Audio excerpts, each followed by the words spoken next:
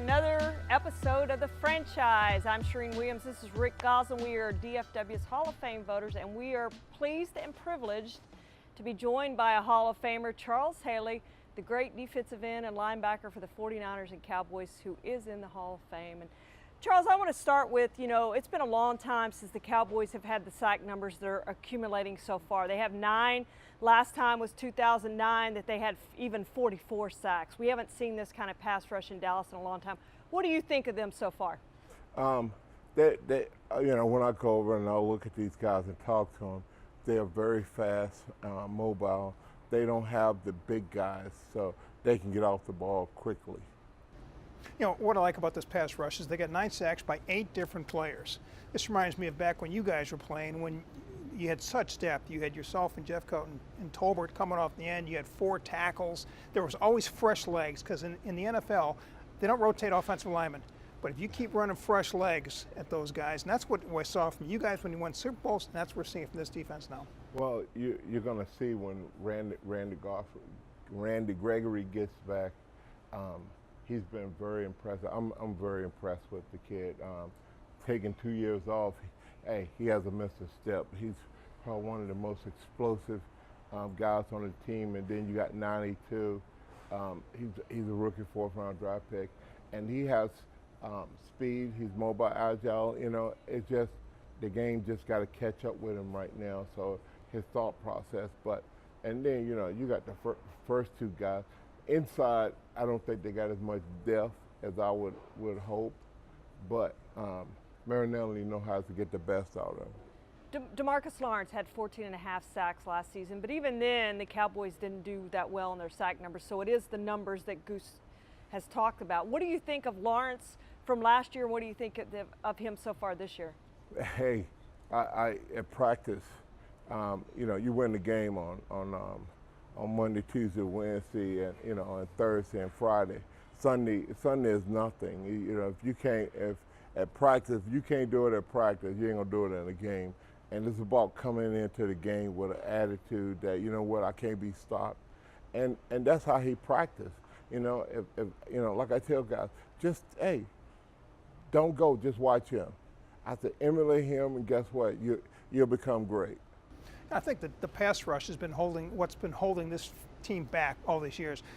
Since Wade left in 2010, they have not been able to generate the sack numbers to put freshman quarterbacks to win football games. They've only had, I think that the last year they had, even with Lawrence having 14.5 sacks, they only had 38 sacks. The average number of sacks by the Super Bowl champions has been 44. You got to get to 44. When you go above that and get 48 and 50 and 52, then you're a dynamic front. Is this team capable of being, say, a 50-sack pass rush? I think so. I think that as long as these guys can make a team go one-dimensional, they take the run out. And that's what they've been doing. They've taken the run out the game, and then it allows them to be more aggressive as pass rushers. I saw in the game a few times where if a guy has stayed in the gap, that guy coming around would have got a sack. So it's more of a discipline problem. But as the season goes, you mash more. And then, like when me and Leon played, we just had, if I said David, he knows that he got a delay coming around, or Quincy means that I'm coming right now. So we had terminology so that we could be on the same page at all times. And what I try to tell these guys is that somebody got to lead and somebody got to follow. And there's so many new faces. Can you develop that chemistry, that communication, those communication lines this quickly? They got Tyron, and they got Lawrence was here last year. Tank, he's here, and then you got Taco. Somebody in one of those groups has to take leadership role, and Tyron Smith. Tyron is really taking off in that aspect of Tyrone Crawford has been their leader, yeah. Yeah, I get confused sometimes. Too many of them on the team. Is he kind of like Jeffcoat was? Who? On your Tyrone, like Jeffcoat was? Because Jeffcoat was kind of the senior statesman of your group. I think so. But he's, Jeffcoat had had to be behind me, and so it's a game changer when you come off the bench after guys been rushing hard. They get so used to you. Then when somebody come off the bench, it's easier to attack. The thing you have to look at that I'll look at is okay. Is the offense, are they going 3 and out, or can they sustain a drive for 8-9 plays? Because if they can do that, then you got fresh legs coming at you, and I guarantee you, these guys know how to pass rush, you know? Charles, I've been with Rod Marinelli since he came into Tampa in 1996, and it's not in his DNA to blitz. But Chris Richard has come in here from Seattle, the secondary coach, and I think this is more of his call to do the blitzing. How much do you have to blitz? How important is it to be a good blitzing team in the NFL? I know you want it to be your front four, but you do have to blitz some, don't you? Yeah, I'm not an advocate of blitzing. I think that when you got a front line like they have now, they can get after the passer. When you go man to man, you give somebody the opportunity to outrun somebody, and I'm not a big fan of that because your front seven, if they can get it done up front, then you want to take the pressure off the corners in the back. And so when we played with the Cowboys, you know, only time we blitzed after a big play. If somebody made a big play, hey, we coming at them with everybody in the house. So that's where I stand at it. But you know, I don't watch film anymore, and I don't know what the other team is doing. So, but they had some success on Sunday. You know, you won 2 Super Bowls in San Francisco playing in a 3-4 as the Elephant, and you won Super Bowls in Dallas playing in a 4-3. Which one did you prefer as a pass rusher, the 4 or the 3-man front? For me, at the 49ers, I had the luxury of playing any position on a team. I moved Michael Carter out to end. And that's a lot to move out.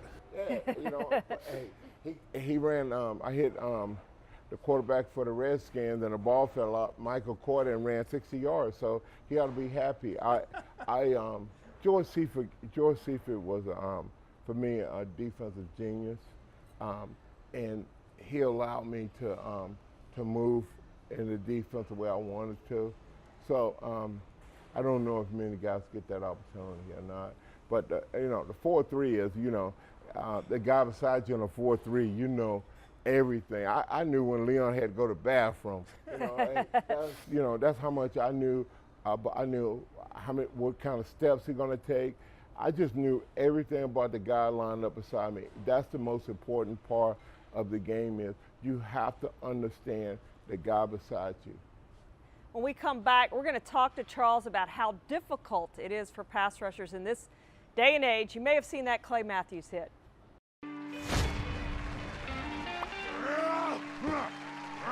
Steve has again found himself in a bar not playing his game. What is he to do? Call all the local bars and scour Facebook and Instagram for bar posts? Is there an answer? Wait a minute. The bar down the street is showing Steve's game? And he can invite all his friends to meet him there? Now you don't have to wonder or hope that the bar you're walking into is playing the game you want to see. Choose the location, play in your game, and be on your way. No more wasted time. If it's not the greatest feeling to be surrounded by a sea of your team's colors, then the drink and meal specials from the Fan Out app will do it. Welcome back to the franchise. We're at the Concrete Cowboy, and I'm Shireen Williams, and this is Rick Goslin, and we are joined by Hall of Famer Charles Haley, and we're going to talk about pass rushing in the NFL today. You may have seen Clay Matthews hit on Kirk Cousins, which looked like a perfect form tackle, and the NFL says, no, not so fast. It's a 15-yard penalty. Charles, you can't hit them high, you can't hit them low, you can't even hit them in the middle anymore. How do pass rushers do their job today? You get 15 yards. You just hit them in the mouth, you know.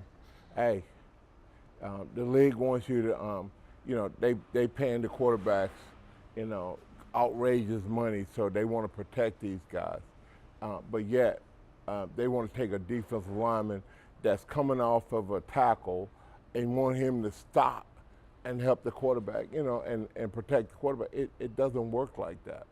You know, if I can see if a blitzer coming off wide open for him to pull up, but a defensive lineman, it is absolutely impossible for that guy to just stop. And, I think this game is turning into a two-hand touch. When you get back there, that's all they should do is have a little bail on the quarterback. When you get back there, you touch it and it goes off. And the other thing is, offensive linemen now, they can extend their arms, they can hold you. You've got to fight the fight just to get to the quarterback. They're stacking all the rules against defense, and they're trying to take out guys like Hall of Fame pass rushers. Well, you're correct. They're able to come outside that body and grab now. But you know what? Fortunately, when I play, guys will come do outside and guys inside. So that part of games really doesn't change. It's just where do you attack the guy? You attack him in the weak points, the wrist and the elbow. So when you see that kind of player, you already know what type of technique you have to use to be successful against it. How many 15-yard penalties would you have had in today's game? Oh, the league would have told me to go home for a little while. They would have sent me home for a little while. Hey, they might have told me 2 game, 4 game suspension. But let me tell you, hey, like my coach Bill Walsh said, he said within the 6 plays of the game, I want that quarterback on his back. So I just think that that players should not take that aggressiveness away just because they get 15 yards. Because that's the only way getting a quarterback head is to hit him. And if they want the quarterback to be part of that 11 man, then that quarterback's gonna have to get hit. But psychologically, is that easy to do? I mean, knowing you almost have to slow up. I saw a play where Kirk Cousins went back to pass, a defensive player had him and let him go, and Cousins goes out and throws a pass. The defender knew if I take him down, I'm going to get flagged. So psychologically, isn't that working on a pass rusher's head that I can't, when I get there, I can't really do what I want to do? Well, I don't believe in dirty play with chopping quarterbacks down. I believe that, you come in and form tackle and take them down, then I think that's perfectly okay. I just, the head stuff, launching head, I don't believe in. Because my problem was I studied all week for this quarterback. If I heard him, I don't know nothing about this one. So guess what? I wanted to keep this one in the game. So so that was my logic. So it's probably crazy logic, but it's mine. How much did you study the tackle? Offensive tackle, I start Monday. I spend most of my day on the tackles, and I try to see the weakness or flaws in their stance or on their steps. Most time on the second step, they're going from low to high, and if I can catch them at that point, then I'm able to use my agility on them. And then or I just push them, bull rush them down, put them on that back. I think it's important for defensive ends if they can take it to the offensive lineman, put him on his back. You take everything away from him. You almost take his manhood away because you know what? Hey, he going good law. He going up to the sideline saying no mas. Hey, I need some help over here. Did you see that? Could you see it in a tackle's eyes when you had the guy? Oh yeah, they wouldn't look out there. And then when we ran games, I'll come down and smash that guard. So now the guard is looking out. He's looking out towards me, and Leon, so it's game changer. It's when you're able to dominate in that type of thing. And that's what I loved. I loved it. And, the first guy to tackle wasn't my problem anymore. It became the running back. And that's how I got my back popped a lot, is because that hip, the running back come and hit you in the hip. So that's out of the game now. I wish it was out when I was playing, though. Who was the toughest offensive lineman you ever played? Well, it was the old dudes. Jackie Slater, he hit me so hard I saw Jesus Christ in all 3 forms. And let me tell you, hey, and then when my eyes opened up, all I saw was doing like this. Hey, back in that day, they clean you up after they knock you down, and he didn't do it. He just did like that, and I said, okay.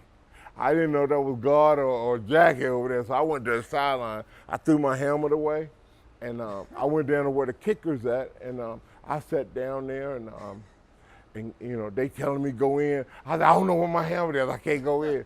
So the equipment guy goes in, get a new helmet, and hey, I said no. I said nope, it's not. I want my helmet. So they found my helmet, and I finally had to go in. But let me tell you, I was sitting over there evaluating whether I want to play this game or not.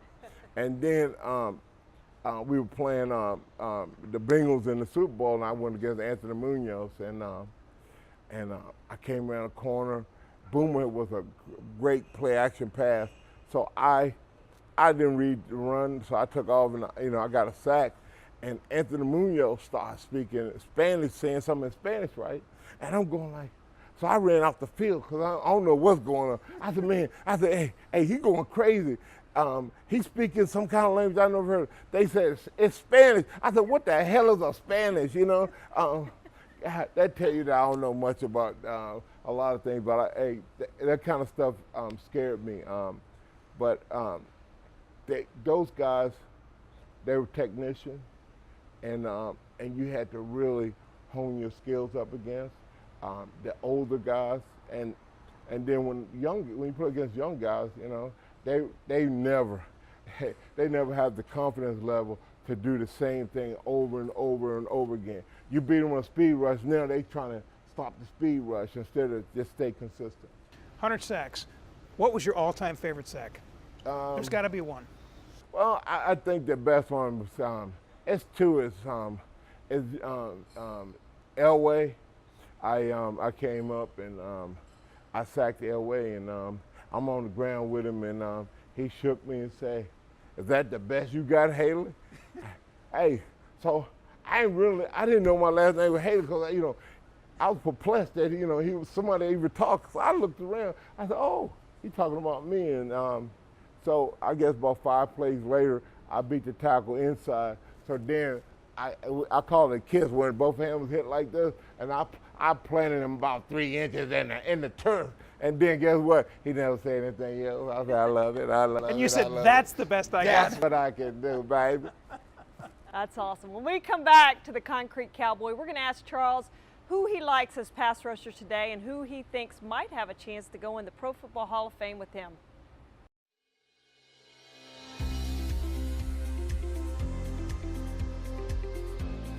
My name's Adriana Morales. I'm with Axiom Backgrounds, and this is a full-service background screens and checks provider. We also do drug testing.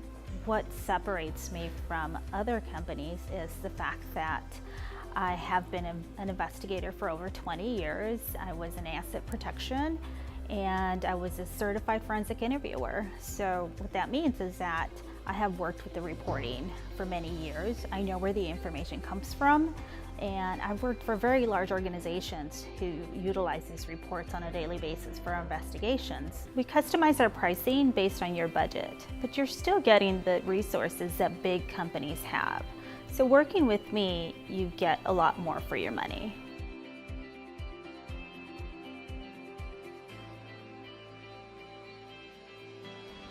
Charles, there's a ex-Cowboy who could join you in the Pro Football Hall of Fame here in a few years, and that's DeMarcus Ware. You think DeMarcus Ware is a Hall of Famer, and what do you think of watching him play? Hey, it's only after 5 years when he's eligible, he's going in. He's going in. He's an incredible pass rusher, and he's a great guy. I'm thankful I had the pleasure of being able to talk to him. And just being around the guy, and I just love his explosiveness, and he could do it all. And plus, he played on my side of it, and he went against the best week in and week out. How about a guy who played on the other side for the bulk of his career, Julius Peppers? See, Julius used his length as a tool, a weapon to beat the tackles all the time.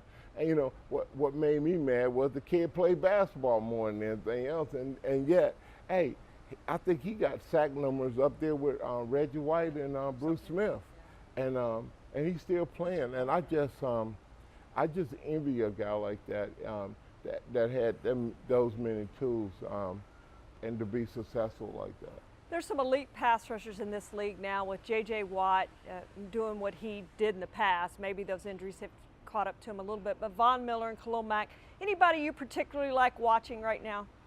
I still like watching JJ, Von Miller. God, I forgot the tackle for the Rams. Aaron Donald. Oh my God! Hey, it's some guys out there that can get it up and get it down, and they change the game, and I like that. It's just like in business. I like decision makers, and I like game changers, and those guys are game changers. It's just like DeMarcus Lawrence right now. He's a game changer. So you have to be thankful that no matter what team you're on, that you have one guy, that alpha male, that can change the game. What's the most important trait in a pass rusher? What made Charles Haley a Hall of Famer? And what do you look for when you're looking at pass rushers? Well, I have to give Ronnie Lott the credit for me. I didn't like going to do charity stuff, and he made me go on a Tuesday. We go to barbershop, and so we're there, and we're giving out shoes. Parents coming up crying, and this 8-year-old kid, game changer. He comes up to Ronnie. He said, "Ronnie, what makes you great?" He said, "I play without fear." That was the last day I stood under Ronnie's wings. This eagle started to fly, and that's what it takes.